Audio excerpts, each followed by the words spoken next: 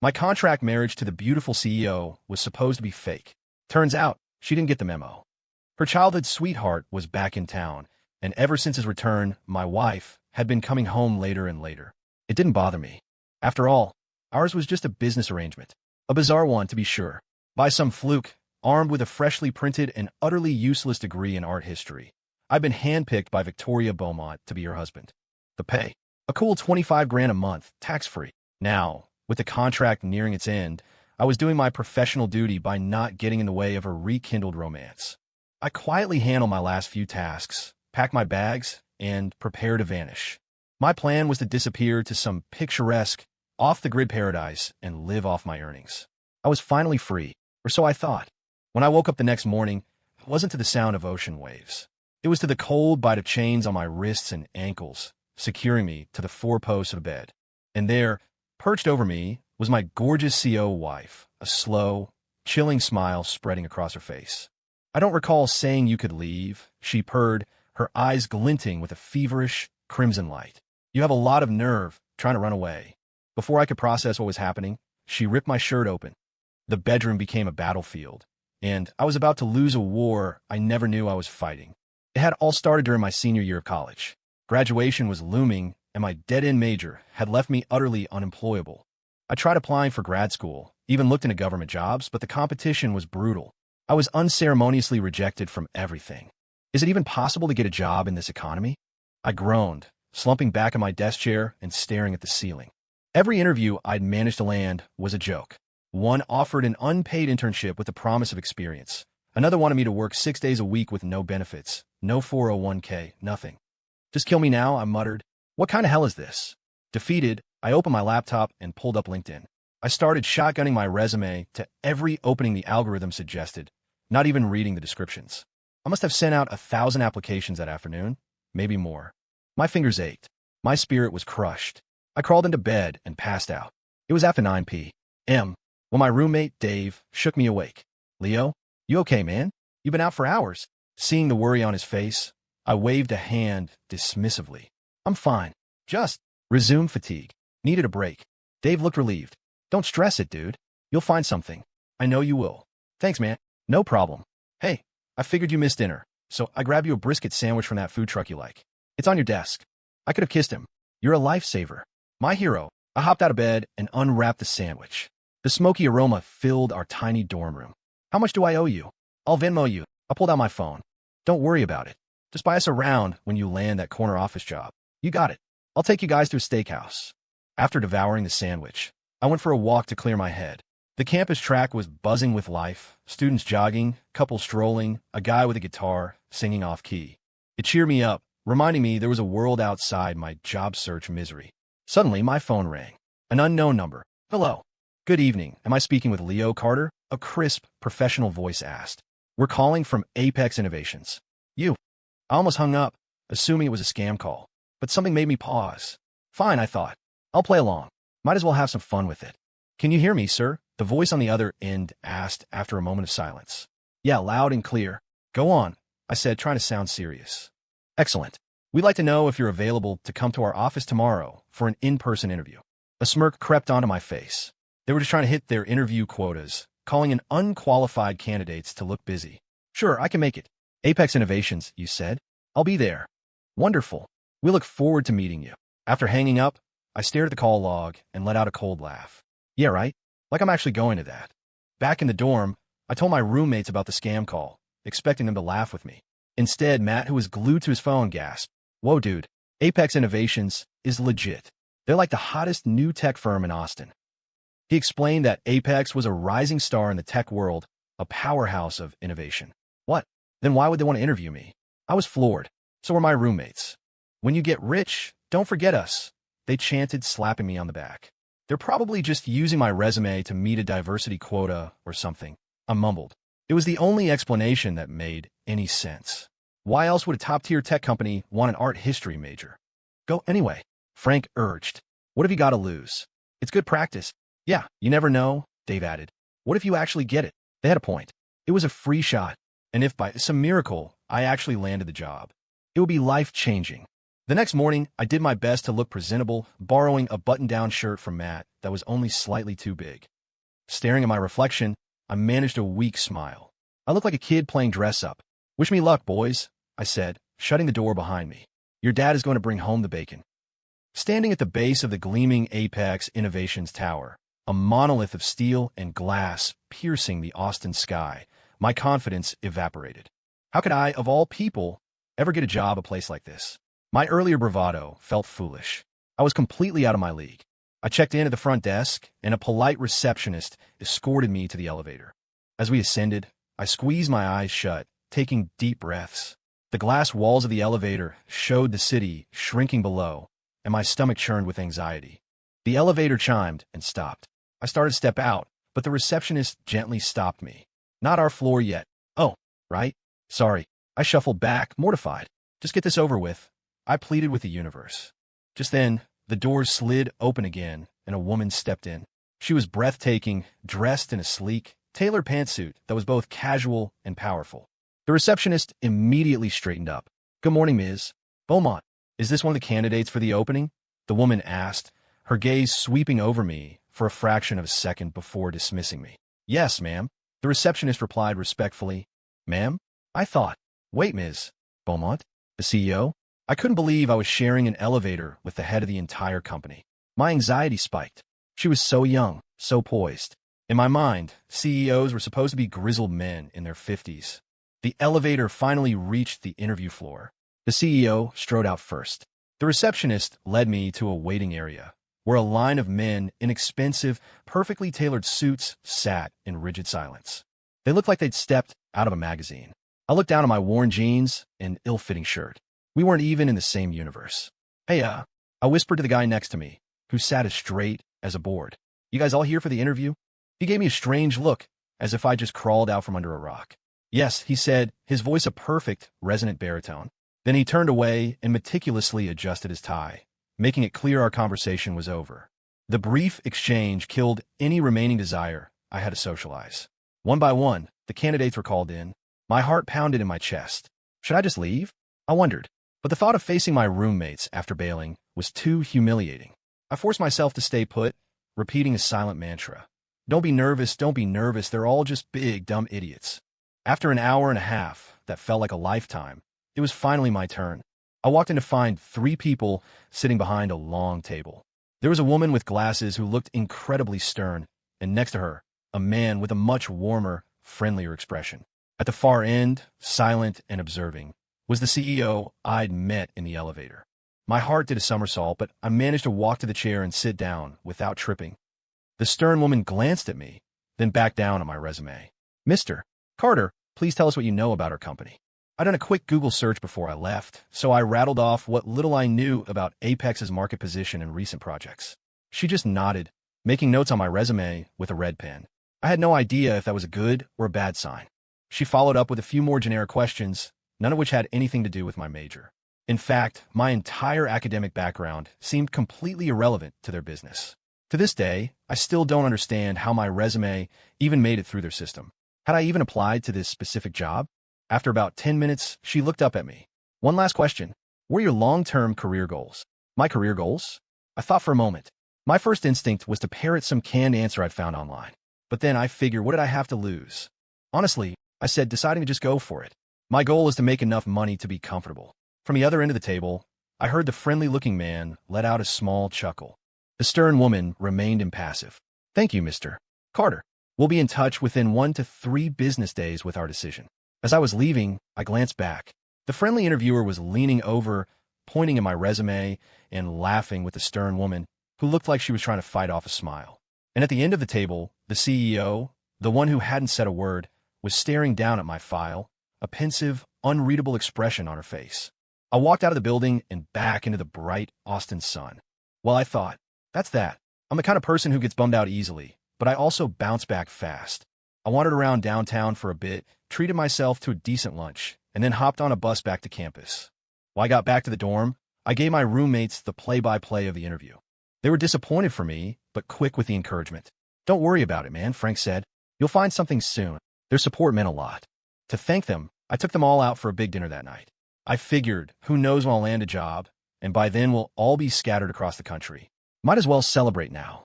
After that, it was back to the grind. Day after day of tweaking my resume, writing cover letters, and sending applications into the digital void. The interview at Apex faded into a distant memory, just one more rejection in a long line of them. Then, 3 weeks later, my phone rang. "Good afternoon. Is this Leo Carter?" The voice was familiar. "This is Apex Innovations. We're delighted to inform you that you've passed our interview process. If you're still interested, we'd like you to come in on Monday to complete your onboarding paperwork. We will be sending an email with a list of required documents shortly." The woman paused. "If you have any questions, please don't hesitate to contact us." I was stunned. Which company was this again? I had to check the email they sent to remember it was Apex, the interview from 3 weeks ago. I couldn't believe it. I'd actually gotten the job. I immediately texted my roommates, and that night, we went out for another, even bigger celebration. On Monday morning, I stood once again before the magnificent Apex Tower, but this time my heart was soaring. I was actually going to work here. I checked in with the receptionist, and soon I was back in that same familiar, glass-walled elevator. She led me to an office on one of the top floors. After she knocked, a voice from inside said, "Come in." The receptionist gestured for me to enter, then turned and left. I nervously pushed the door open and stepped inside. Sitting behind a large mahogany desk was the CEO, Victoria Beaumont.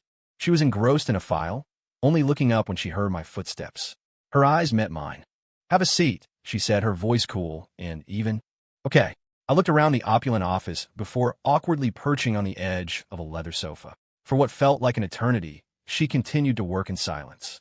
Finally, after nearly half an hour, she stood up, retrieved a folder from a cabinet, and handed it to me. "Read this over," she said. "If you agree to the terms, sign it." "Great, thank you." I was a little surprised the CEO herself was handling my new hire paperwork, but I wasn't about to question it. I took the folder, opened it, and my jaw dropped. I shot up from the sofa. Marriage. I was speechless. What she'd handed me wasn't an employment contract. It was a marriage agreement.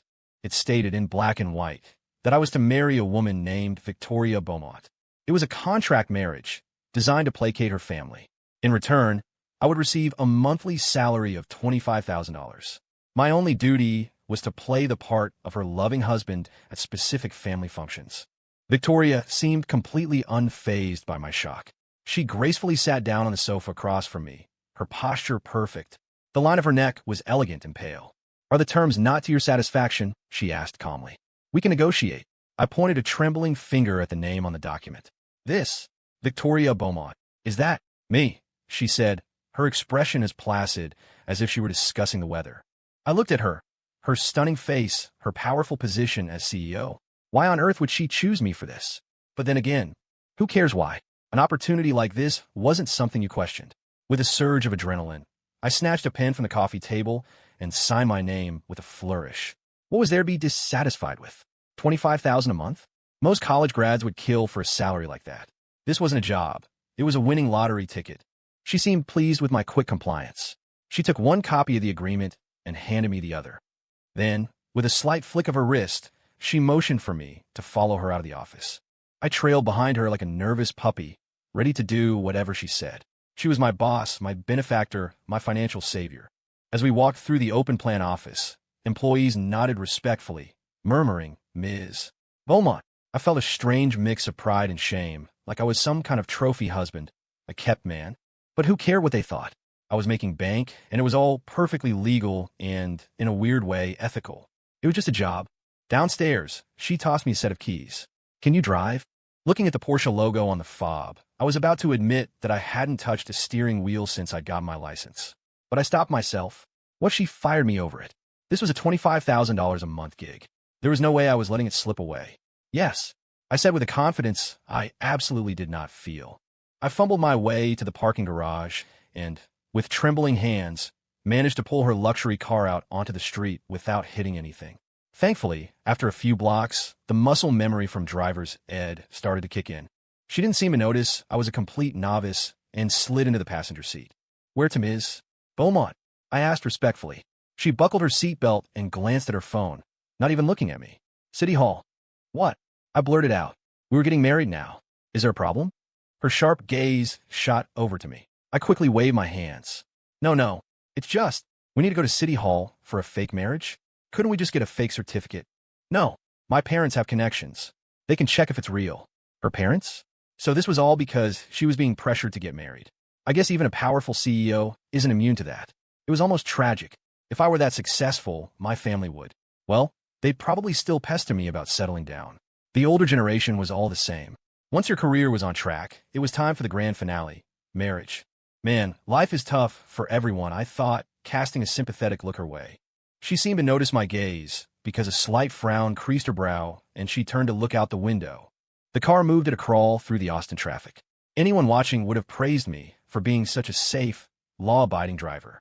But my passenger was less than impressed. Victoria's brow furrowed. Can you speed up? At this rate. Safety first, Ms. Beaumont, I said, though I did press the accelerator a little harder. We had just been overtaken by a guy on a bicycle. Somehow, we made it to City Hall in one piece. The company had already told me to bring my driver's license and birth certificate, which I thought was strange at the time. Now it all made sense. We filled out the paperwork, and a short while later, we were officially married. Staring at our picture on the marriage license, I felt a wave of disbelief. If I told anyone this story, they'd think I was insane. I let out a sigh, only to hear a cool voice from behind me. We're going to my house. What? I nearly shouted. I lowered my voice, asking cautiously, your house? Isn't that a little fast? She glanced at me, and for the first time, she seemed a little uncomfortable too. Already told my parents I got married. They're expecting to meet you. Her words sent a jolt of panic through me. We just got the license, and now I have to meet the parents? I wasn't ready for this. Ms. Beaumont, I asked as we walked back to the car. Should I buy them something? A gift? The parents of a CEO had to be intimidating, discerning people. They'd see right through me. She shook her head. I've already taken care of it. Oh, okay. I didn't know what else to say. When we're there, she said suddenly, if my parents ask about us, just smile and nod. That's it. But won't that seem rude? I hesitated. It'll look even more fake. It's fine, she said dismissively. I'll do the talking. The more you say, the more chances you have to slip up. Soon, we arrived at her family's home, a sprawling, modern villa in the West Lake Hills. It was exactly what you'd expect from the super rich. I got out, and on instinct, rushed around to open her door for her. Anyone watching would have thought I was her driver. Little did they know, I was the husband of this stunningly beautiful and powerful woman. I retrieved the expensive-looking gifts from the trunk and followed her inside. As we approached the front door, an older couple with warm, welcoming smiles appeared. Mom, Dad, what are you doing waiting out here? Victoria asked. Mom and Dad? So these are my new in-laws. I remember my instructions. Just smile. So this is our new son-in-law, the woman said, her eyes twinkling. They weren't the cold, calculating parents from a bad TV drama. They were genuinely thrilled. They took the gifts from my hands, chiding me gently. You came all this way. You didn't need to bring anything. Come on in, son, her husband said, clapping me on the shoulder. They ushered me inside, leaving their own daughter trailing behind. Victoria didn't seem offended. She just shot me a look that said, don't mess this up, and followed us in. Once inside, her parents completely monopolized me. They were beaming as they asked about my family, my background, everything. I couldn't just smile and nod at direct questions, so I glanced at Victoria for permission. She gave a subtle nod, and I answered as best I could. For some reason, they seemed completely charmed by me. They kept telling me to be patient with Victoria's difficult personality, explaining that even though she seemed cold, she was a good kid deep down. Then they proceeded to gleefully recount every embarrassing story from her childhood. Mom, Dad, Victoria finally cut in, her face flushed with annoyance. Who embarrasses their daughter in front of her new husband on their first meeting? Her mother ignored her, patting my hand affectionately. You see? He's such a wonderful boy. So much better than that Julian Vance. Mom. Victoria's voice was sharp with warning. She shot a look from her mother to me. I immediately got the message. This was high-level family drama I was not cleared to hear.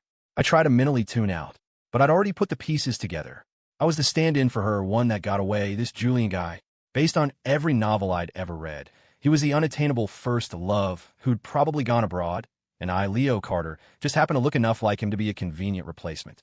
It explained everything. I was a genius. I wanted to give myself a pat on the back, but Victoria's warning glare stopped me. Hey, it's not my fault, I thought. Your mom is the one spilling all the tea. I wanted to cover my ears, but her parents were each holding one of my hands. Fine, fine, her mother said, turning away from Victoria's glare. We just think Leo is a fine young man. They then gave me a grand tour of the villa. At lunch, they insisted on cooking for me themselves. I'd picked up some decent cooking skills over the years, so I jumped in to help, chopping vegetables and helping with prep. They were even more impressed. Victoria, however, looked less and less pleased. Oh crap. In my effort to charm her parents, I'd forgotten my place and upstaged the boss. During the meal, I tried to recover by relentlessly praising Victoria's intelligence and kindness. But it didn't seem to work. Her expression remained icy. Worse, my compliments seemed to backfire with her parents. "Oh, you poor thing," her mother said, looking at me with pity. "You must have your hands full with her. We know what she's like." After lunch and a bit more small talk, Victoria poked me in the arm, signaling it was time to go. We said our goodbyes, politely declining her parents' pleas for us to stay longer, and got back in the car. The drive back was silent. Victoria didn't say a word, and I didn't dare ask what was on her mind. Why borrow trouble? I just focused on driving. When we got back to Apex, she gave her assistant a few instructions and then disappeared into her office without so much as a glance in my direction. I was left standing there, completely lost. It had been an overwhelming day. "Mr. Carter," the assistant, a sharp-looking woman in a stylish suit, approached me. "Ms. Beaumont asked me to give you this." She handed me a manila envelope. "Thank you. You're welcome." She didn't leave, just stood there waiting. I ignored her and sat on the sofa, opening the envelope. Inside was a set of keys, a black credit card, and a single sheet of paper. I unfolded the paper. It read, "One key is for the villa. The other is for the car I've arranged for you. You can use it as you please. It would be best if you moved into the villa today. My parents may drop by unannounced, and I need you to be there. I will deposit your salary onto the enclosed card each month. The PIN is the last 6 digits of your social security number. I have listed additional terms below. Please read and adhere to them carefully." The list below basically boiled down to 3 rules. We would have separate rooms. Neither of us was to enter the other's space without permission. A housekeeper would handle cleaning. Her needs were my top priority. I had to be available for her at all times, except in the case of a genuine family emergency, which required advance notice. Otherwise, my time was my own. During the term of the agreement, I was forbidden from telling anyone about our arrangement. If the secret got out because of me, I would have to repay 3 times my total salary. These points were already in the main contract, but she'd clearly written this summary because she didn't trust me to read the fine print. I stuffed everything back into the envelope and looked up at the assistant, who was still standing there. I let out a deep, satisfied sigh. Honestly, this was perfect. I wasn't going to be one of those sappy protagonists from a romance novel who gets all weepy because the cold CEO is ignoring him. I wasn't going to try and win her over by waiting up every night to make her a hot meal, or learn ancient massage techniques to soothe her headaches. And I definitely wasn't going to stress about what to get her for her birthday or our anniversary, only to get my heart broken when I saw her with another man. Give me a break. A professional acts like a professional. Cleaning? Cooking? She had staff for that. Did I really think my culinary skills could compete with the professional chefs? As for illnesses, there are doctors and hospitals. The idea that I could take a weekend course in alternative medicine and suddenly cure her was laughable. And gifts? A woman like her had seen and owned everything. She wasn't going to be moved by some handmade trinket. That was just self-indulgent nonsense. The thought of having to do all that was exhausting. The fact that Victoria clearly wanted none of it from me was a massive relief. I was ecstatic. No responsibilities, a huge villa, gourmet food, and a $25,000 monthly paycheck. Was this real life? I pinched my thigh. Hard. I winced. It was real. It's real. Whoa, who read my mind? I looked up to see the assistant watching me with an amused smile. Could you please tell Miss Beaumont I've received this? And thank her for me. I was mortified. She must have seen my stupid, greedy grin. The assistant simply nodded. Of course. She turned and walked away. Phew. I clutched the envelope, giddy with joy. I whipped out my phone and immediately messaged my roommates. Boys, dinner is on Dad tonight. Pick the most expensive place in town. We're going all out. That evening, 4 figures stumbled down a street in downtown Austin, arms slung over each other's shoulders, all thoroughly drunk. In the end, my roommates didn't pick an expensive restaurant. We ended up at a dive barbecue joint, ordering mountains of ribs and brisket and washing it all down with cheap beer. A wave of melancholy washed over me. We'd lived together for 4 years, becoming closer than family. In a few short months, we'd all be gone. It's okay, I said, trying to lift the mood. Once we're all settled in our jobs, we'll get together all the time. A heavy silence fell over the table. We all knew the truth. For most people, once you part ways, that's it. We'd probably be like everyone else, slowly drifting apart as time went on. But the moment we were in right now was real, and the bond we shared was undeniable.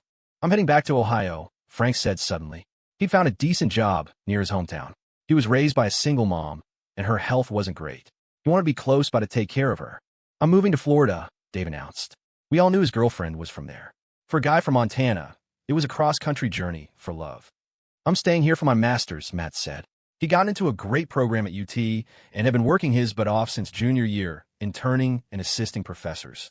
Listening to them all, with their futures so clearly mapped out, I felt a surge of emotion. I grabbed a stray twig from the ground and brandished it like a sword. Well, I'm going to be a trophy husband. The others stared at me for a second, then burst out laughing. Hope you find a rich sugar mama to take care of you. Careful you don't have to scrub floors with a toothbrush. You think you can handle it, man?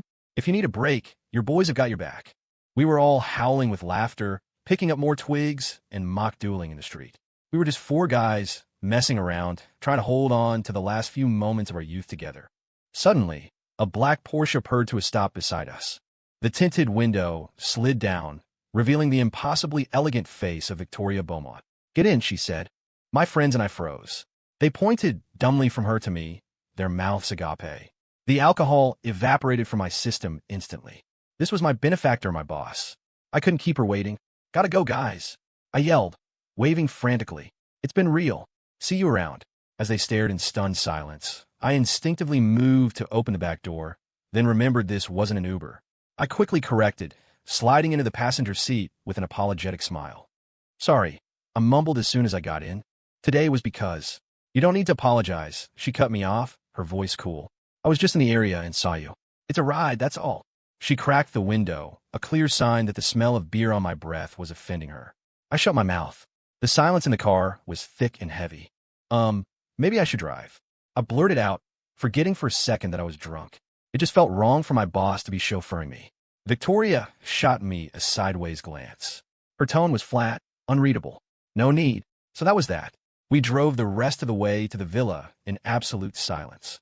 I'd already moved my essential belongings over that afternoon. Once inside, Victoria went straight to her room, leaving me standing awkwardly in the grand foyer. The separate rooms had their own bathrooms, so I took a quick shower, then lay in bed scrolling through my phone. My boss clearly didn't need me for anything, so my best bet was to stay out of her way and not cause any trouble. After all, I was just a stand-in. The combination of alcohol and the day's excitement started to catch up with me, and I felt a wave of drowsiness. I decided to use the restroom one last time before bed.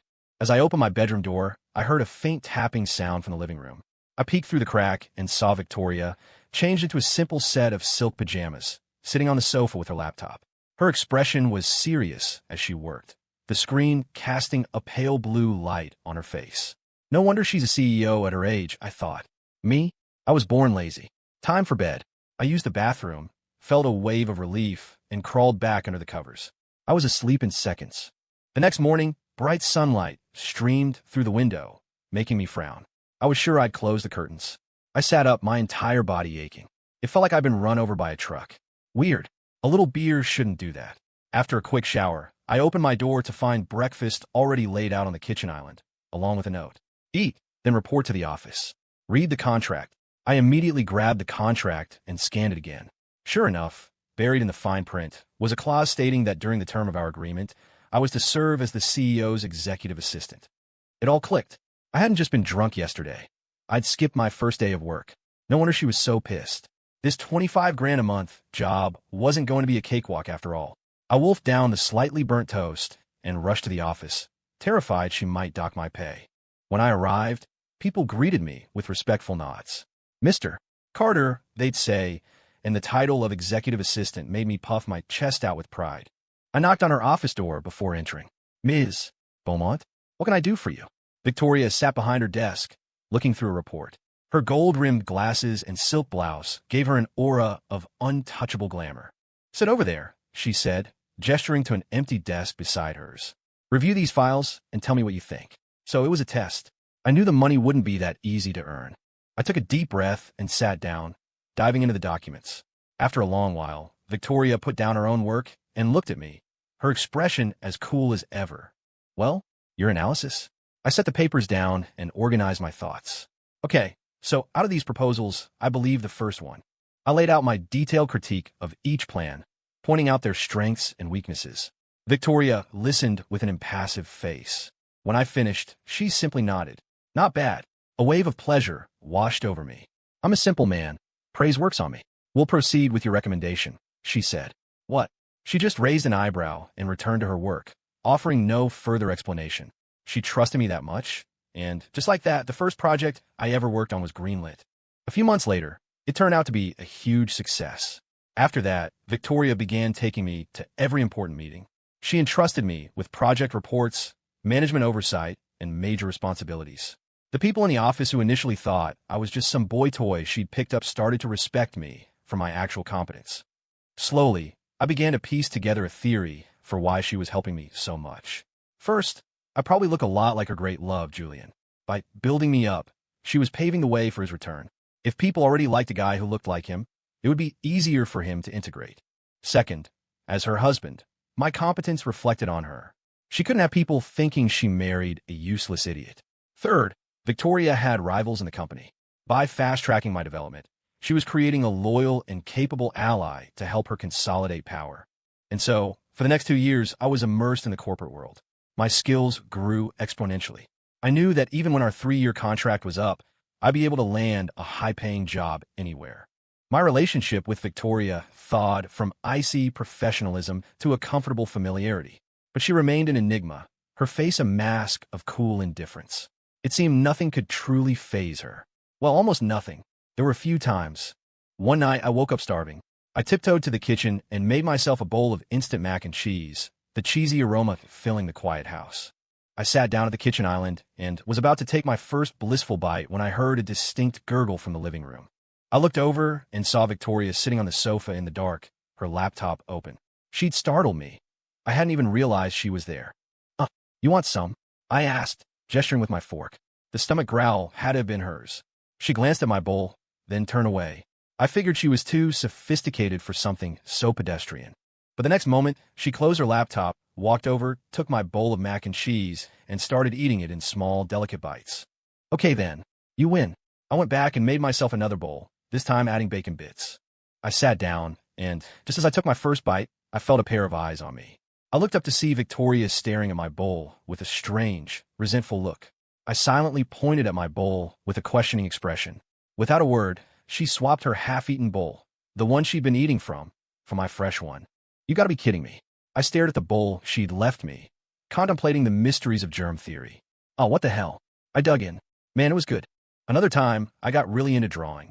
After weeks of practice, I produced what I considered to be a masterpiece. A cute anime-style girl in a school uniform. I proudly hung it on the living room wall, planning to take it down before Victoria got home. But I got called into the office for an emergency and forgot. When I returned, the girl in my drawing was no longer wearing a short, pleated skirt. Someone had drawn a long, flowing one over it. The only other person in the house was Victoria, who was sitting on the sofa, reading a book. The neighbor's kid did it, she said without looking up. It was true that one of the executives sometimes brought his kids over, right? I believed her. With a heavy heart, I started to take the drawing down. Leave it, she commanded. I looked at her, confused. She coughed lightly. It's not bad. Then she turned and went back to her room. A huge grin spread across my face. She had good taste. Then there was the time the company offered a flower arrangement class. I joined for fun and, to my shock, won first prize. I was so proud I placed my creation in the most prominent spot in the living room, thinking it added a nice touch of color to the minimalist space. The next day, half of my flowers were gone, replaced by different ones I didn't recognize. The entire arrangement had been altered. It looked better, actually, more elegant. I made some improvements, Victoria said, walking past. She glanced at me, then at the vase, and a faint, smug smile touched her lips. The nerve. This was workplace harassment. And so, my defaced drawing and her improved flower arrangement became permanent fixtures in our living room. The first things you saw when you walked in the door. It was kind of embarrassing. Our lives fell into a strange, comfortable rhythm. On holidays, I'd go with her to her parents' house, and she would even come with me to visit mine. I'd initially thought that was unnecessary. The deal was just to fool her parents. But Victoria had explained, my parents will want to meet yours eventually. It's inevitable. She was right. Soon, our parents were best friends. Victoria's mom and dad were incredibly down-to-earth, never looking down on my family for a modest background. My dad and her dad would play chess for hours, and sometimes they'd sneak off to go fishing, coming home with store-bought fish to save face after catching nothing. My mom and her mom would go shopping, get their hair done, and even take trips together, leaving the two old guys behind. "Oh, darling, thank you for letting Leo marry my daughter," her mom would say to mine. "You know how she can be." No, I should be thanking Victoria for giving my lazy boy a purpose in life," my mom would reply. The two of them were inseparable. They even started buying baby clothes and cribs. How did my life get this complicated? What? A wedding? I stared at her in disbelief. Victoria was frowning too, a rare look of distress on her face. "My parents are insisting," she said. "They won't let it go." It made sense. I was their precious daughter's husband, but all we'd done was sign a piece of paper at City Hall. She deserved a real wedding. "Do we really have to?" I asked. "When the time comes." Victoria sighed. "Yes, we have to. We'll just go through the motions to keep them happy." Okay, it was just a ceremony. Why did I suddenly feel so nervous? We started meeting with wedding planners, and Victoria threw herself into the preparations. She seemed surprisingly invested. It was, I figured, her first and only wedding. It was natural for her to want it to be perfect. Only later did I realize the real reason for her enthusiasm. "What? I'm on my way." Victoria's voice was tense as she hung up the phone. "What's wrong?" I asked. She hesitated, her brow furrowed. "There's a problem at the factory that handled our last project. We need to go there now." "Okay, let's go." I grabbed my jacket and followed her out. A light rain was falling as we left the office. I ran ahead to the garage to get the car. After 2 years of driving her Porsche, I was practically a professional. On the way, Victoria was silent, her frown deepening. She seemed to be wrestling with something important. The factory was in a remote area outside the city. The rain and slick roads forced me to drive slower than usual, but we were making good time. "Wait," Victoria started to say, but it was too late. There was a loud pop, and the car swerved violently. I fought the wheel. Using every bit of skill, I had to bring the car to a screeching halt. We'd stopped inches from sliding under a semi-truck that was hurtling past. We both sat there for a moment, hearts pounding, our faces pale. Victoria's eyes narrowed. She threw open her door and got out. I followed. Lying on the road behind us was a row of spike strips, and standing in front of us was a group of men in ski masks, holding tire irons. They were not here to help. "You're Mark Jennings' men, aren't you?" Victoria's voice was ice. Mark was the leader of a rival faction at the company, her biggest enemy. "I can't believe you'd stoop to something this crude to lure me out here." It all made sense now. She had sensed something was wrong, but the warning came too late. "Whatever he's paying you, I'll give you 10 times more," she said, trying to reason with them. "You know who's in charge of the company now. I can forgive this. I'll even give you better positions, as long as you testify that Mark sent you." I couldn't help but roll my eyes. "Lady, that only works in the movies." The men didn't answer. They just started advancing. Victoria sighed, then turned to me. Her usual cold demeanor was gone, replaced by a strange vulnerability. She even managed a small, sad smile. "When I give the signal, you run. I've had self-defense training. I can handle this." "What the hell? Run." Of course I was going to run. "See ya." I turned and bolted. Victoria watched me go, a flicker of loneliness and sorrow in her eyes. Then she took a deep breath, pulled a small, wicked-looking blade from her purse, and braced herself for the attack. Thwack, thwack, crack. A series of sickening crunches echoed in the rain. Victoria's eyes went wide. Standing in front of her, where the thugs had been, was a figure holding a tightly rolled black umbrella. All around him, the masked men were groaning on the wet pavement. I turned back to face her, a grin spreading across my face. Turns out, I know a few moves myself. For the first time since I'd met her, a genuine, radiant smile lit up Victoria Beaumont's face. "Boss, are we there yet?" I grumbled. I was carrying Victoria on my back while she held the umbrella over us, trudging down a deserted country road. She claimed she'd twisted her ankle getting out of the car, so now I was her personal transport. To make matters worse, there was no cell service out here. The factory was obviously a trap, and the car was useless. Our only hope was to walk until we found a passing car to flag down. But the road remained stubbornly empty. Looking back, it seems almost surreal. Just me and Victoria, alone in the vast, quiet countryside, with only the sound of the rain and our footsteps on the pavement. I remember she talked more that day than she had in the entire 2 years I'd known her. Maybe she was trying to distract me from the exertion, telling me stories and asking questions to keep my mind off my aching back. Eventually, we reached a spot with a single bar of service. After we got back, I don't know what strings Victoria pulled, but Mark Jennings and his entire faction were swiftly and brutally dismantled. She was left in complete control of the company. My own status skyrocketed. Everyone treated me with a new level of reverence. And just like that, the days ticked by, and our wedding day drew closer. And right on cue, news arrived that Julian Vance was coming back to the States. I knew it was time for me to go. It all made sense now.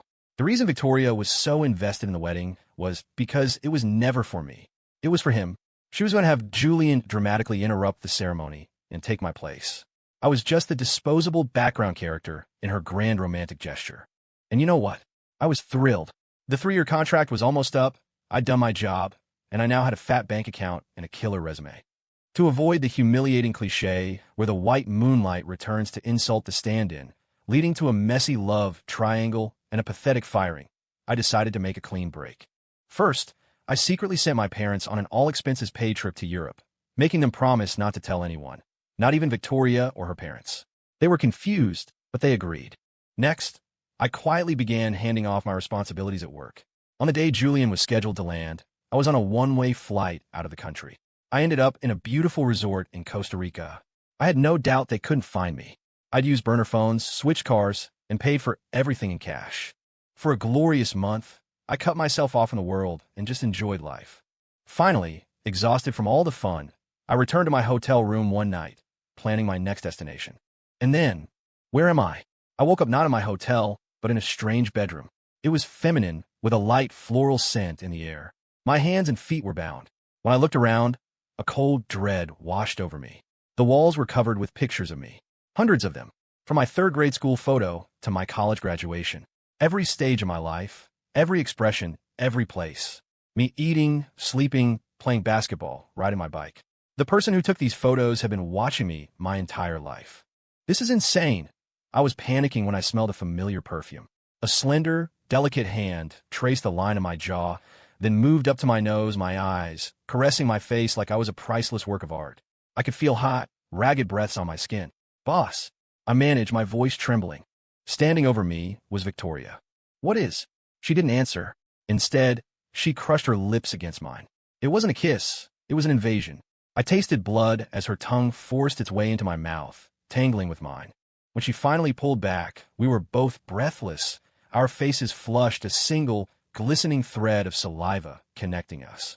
"Boss, you. Haha. You're reacting," she whispered, her voice husky and triumphant. "All those nights I spent working on you, making sure we were a perfect match. It all paid off." Her smile was manic, unhinged. She stroked my cheek again. "Why did you run, Leo? I love you so much. I would give up everything for you. Why would you run away from me?" I was speechless. She had lost her mind. "Ha ha, boss, you've got the wrong guy," I stammered, trying to reason with her. "I'm not Julian. I'm Leo. Let me go, you need to find." She silenced me with another bruising kiss. "I know exactly who you are, Leo Carter," she said, her words a breathy, possessive hiss. "What?" My mind reeled. Then I remembered the wall of photos, the way she would stare at her laptop late at night. And something else. A faint, nagging memory. "You." She laughed, a low, throaty sound, and snuggled up against my side. "Do you remember, Leo? The first time we met, you were in 3rd grade, and I was in middle school. You were lost and crying, and I found you. We played in the park all afternoon. I remember when I took you back to your parents, you looked up at me with those big, innocent eyes and said, 'Thank you, big sister.' In that moment, it was like I was struck by lightning. I thought it was just because you were a cute kid.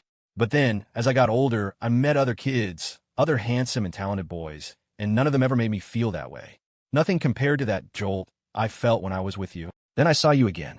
You were a freshman in high school, laughing as you rode your bike. The moment I saw you, that same jolt shot through my entire body. I had to run away just so I could go home and change my clothes." Her voice grew deeper, more seductive, as her hand moved lower. "It was fate, Leo. You promised you'd marry me when you grew up. I've finally raised you to the perfect age. I don't have to hold back anymore.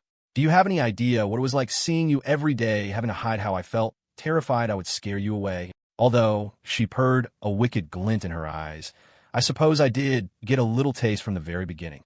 But somehow I never get tired of it. I couldn't believe what I was hearing. It was all starting to connect.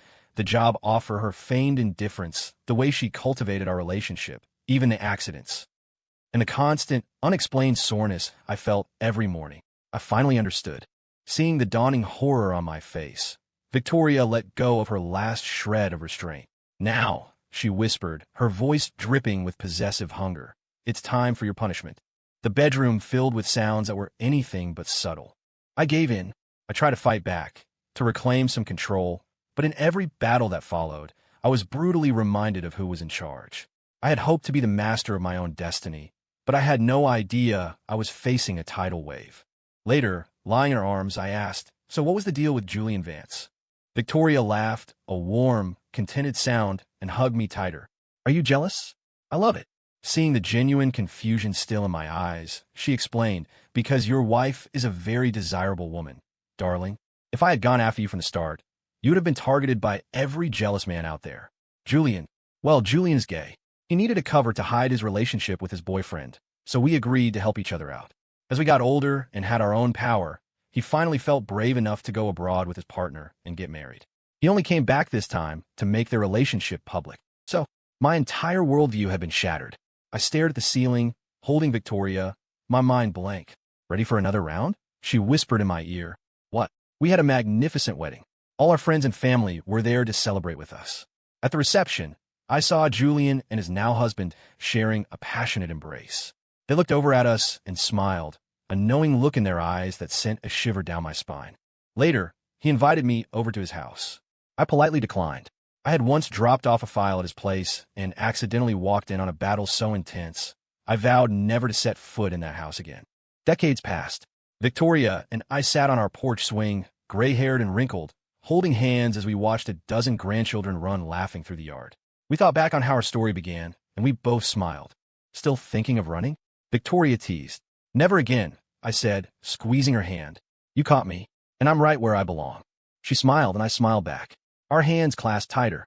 The years had not diminished our love. They had only made it deeper, stronger, an unbreakable bond.